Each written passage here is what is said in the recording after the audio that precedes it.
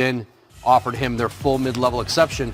So now he'll go from being, playing that six-man role in with the Clippers to perhaps now the starting center for the Lakers. That's one heck of a lineup they're building, continuing to build with the Lakers there. And one deal that El told us about is the Drew Holiday deal and how Steven Adams moves to the Pelicans as a part of that. What more can you tell us about behind the scenes with a move like this? Well, you've seen now Oklahoma City has moved toward a full rebuild. They traded Chris Paul. Danilo Gallinari is reported is going to Atlanta. And now Steven Adams, one of the most popular players in Oklahoma City's league history.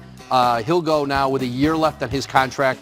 The Thunder get something for him. They get a first-round pick via Denver as part of that larger deal, a couple second-round picks.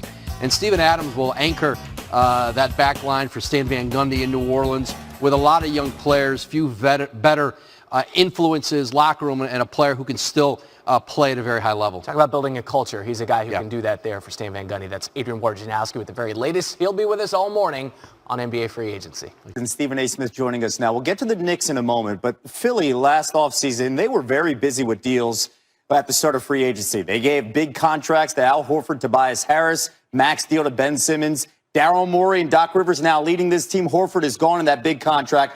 Do you expect more to be active in free agency here?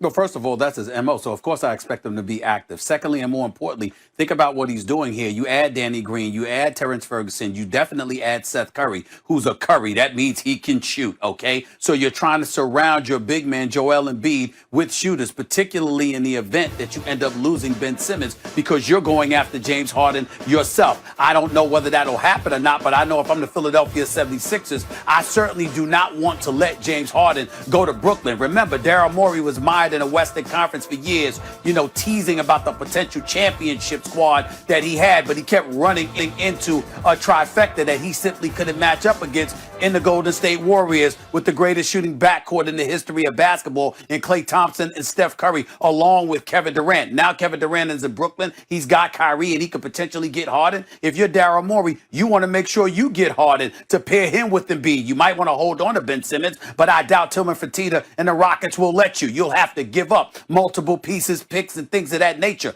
But again, this is Daryl Morey that we're talking about. The man doesn't stand still. He certainly isn't averse to making moves. That has been his history. I don't know if there's anybody in the league that has made more moves than him in the last 12 to 13 years. I think he's like top two in the league in a number of moves. So I think he'll try something. Whether he'll be able to pull it off remains to be seen. But clearly, with what they're doing, they want to surround Joel Embiid with shooters. And I think you know this better than most, Kevin. We love Ben Simmons. He's a star and a stud, but a shooter, he is not. So surround him with guys that can space the floor and shoot. And meanwhile, let's talk about your Knicks. They shed some deals earlier this week. It's been a very good week in New York. Obi Toppin now coming in. Now the Knicks have $35 million in space. What do you expect to see from Leon Rose?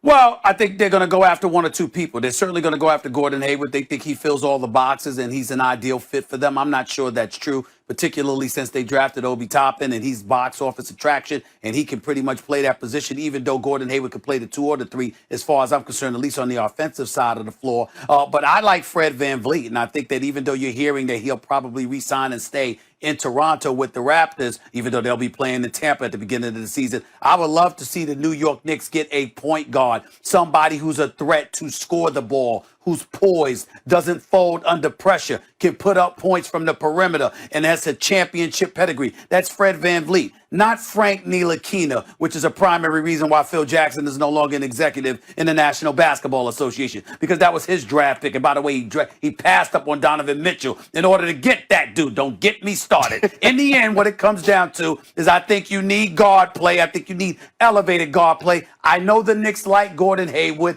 Obviously, having $35 million in cap space, it looks like he's the guy they may go after. We don't know what that's going to materialize into. He was competing for a championship. Clearly, that's not going to be the immediate future for the New York Knicks. So I don't know whether he'll resign with Boston, go to Indiana, or go someplace else. But the New York Knicks are definitely in play. So they say. We'll see what happens with that. But I do believe Fred VanVleet should be somebody they consider if he gives any kind of indication that he's willing to consider them, because that little brother can play. He can shoot. He can run a show. he's a threat offensively from that point guard spot. And God knows they don't have that available to them He'd right be now. perfect in New York in this system. By the way, we're not going to get you started because, it's been a good week for your Knicks. We'll see how this plays out moving forward. Thank you, Stephen A.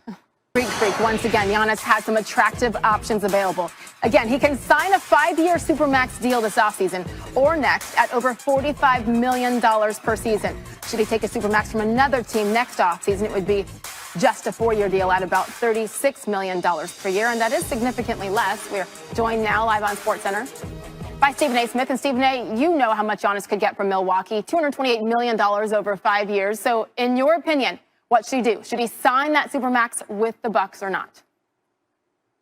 Well, I'm going to always encourage somebody to take the money. Let's get that straight, Sage. You're talking about an excess of $70 million that he would be passing up if he didn't sign with Milwaukee. So we understand that. Now, obviously, a consultation or a consolation prize, rather, would be him going to a place that has no state income tax, meaning Florida or Texas. That would basically mean Miami. But I doubt that will happen. In the end, here's the big thing to peel from this. Bogdanovich, you thought you had him. But ultimately, they messed that up, because now they're being investigated for tampering charges, and that deal has fallen through. That guy can play.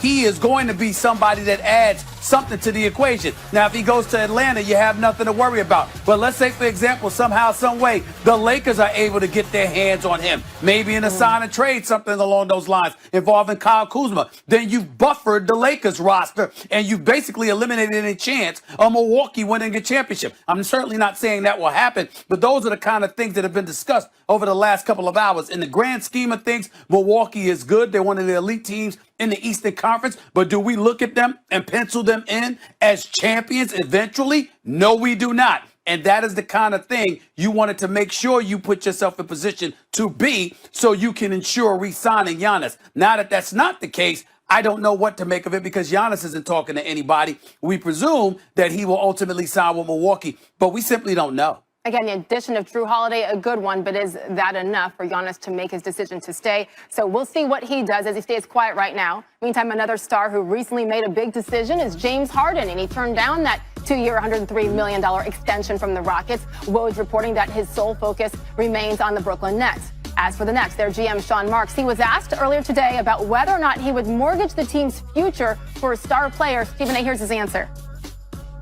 If you put it like mortgage the future, I would probably say no, right? There comes a fine line where you say, okay, look, this is what we're willing to do, not only in a trade for a star player, but every trade for that matter. We want to build something sustainable here. This is not something that's a fleeting moment, go all in and, a year or 2 years from now, we're sitting here going, all right, well, great. Now we got to completely rebuild all over again, and we don't have the assets to rebuild with. There's the other side where you go, look, take advantage of what we have right now and take advantage of the moment. We obviously have, a talented group that we can put on the floor as is until we know what deals are being offered or we're offering. It would be difficult to say, but by mortgaging your future, Stefan, no, we wouldn't want to do that. Yeah, Sean Marks, I don't think he said James Harden's name once at all there. Probably pretty smart. But he's talking to his fan base, his team, but also talking to the Houston Rockets, Stephen A. So what do you think the likelihood is that Harden gets what he wants and gets to Brooklyn? Well, I still think it's a 50-50 proposition, but let's give major props to Sean Marks. I mean, he danced better than Fred Astaire, Michael Jackson, and Sammy Davis Jr. all rolled into one, God rest their souls. The fact of the matter is, when you look at what he's talking about not mortgaging their future. Karis LeVert can play. Spencer Dinwiddie can play. Jared Allen